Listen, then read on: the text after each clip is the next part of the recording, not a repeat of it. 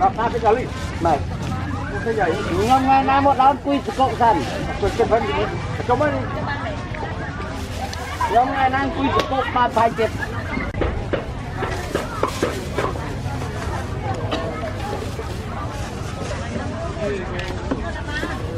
Bạn riêng mà có một hộp là lô, cô là lô. mình cái này đây dạng lô lô nó. Ngục chê nằm chơi mà ồn. Tất cả lô lô, tất cả môn này. Ba.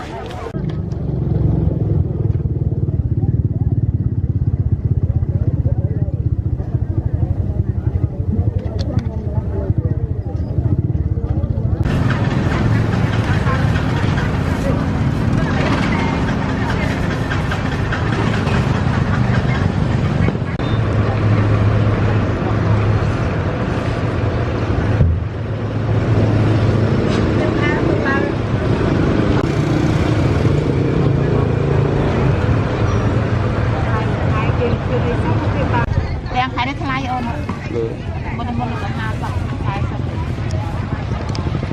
chỉ khai nó mình sẽ bố đó ở đây anh đang sắp sao sắp cái anh đang sắp tầm lô là bạn được lô sải sắp đang sắp đập bạ bằng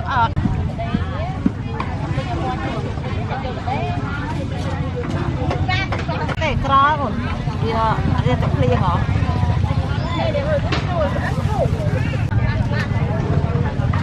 hai con môi thành ba thành bay tôi làm đọc môi em thẳng lại rồi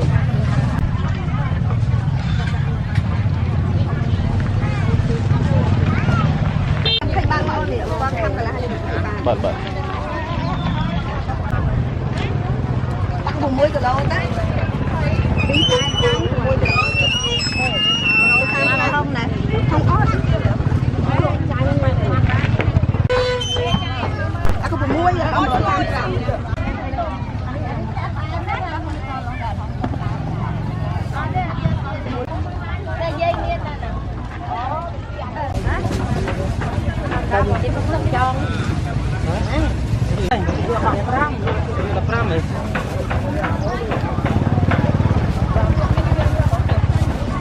chợ bây giờ say ấy lụm ra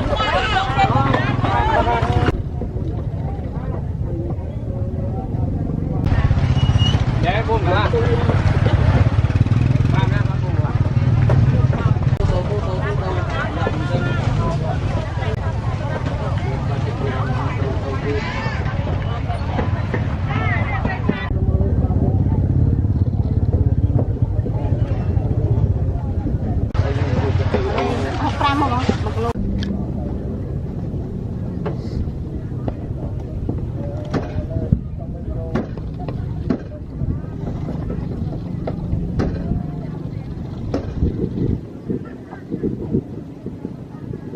Vừa hỏi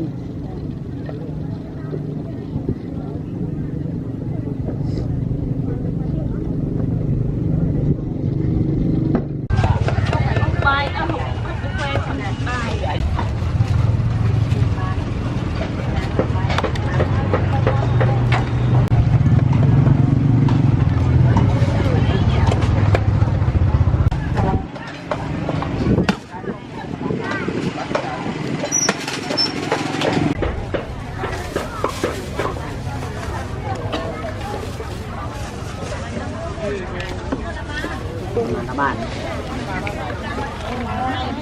Riêng mà có một hộp là lô, cô là lô. mình cái này đây dạng lô lô nó. Một hộp cô khai rồi. ngục chê nằm chơi mà ồn. Tất cả lô lô, tất cả môn này. Ba. Nó cái gì?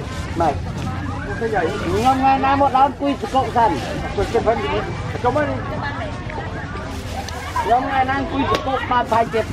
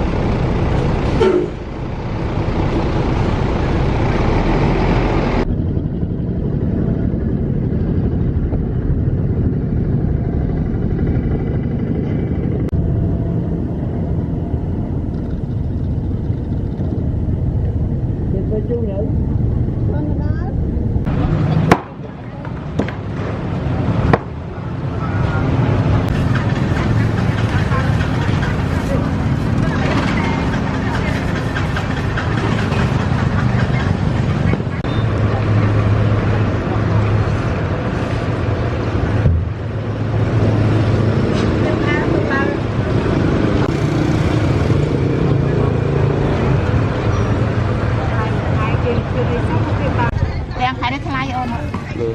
mình là hai dòng khai xong Chứ khai nó mình sẽ bố đó.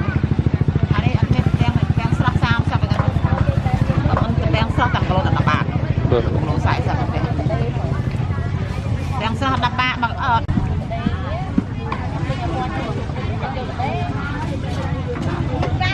cái cỏ rồi dia tập liền hả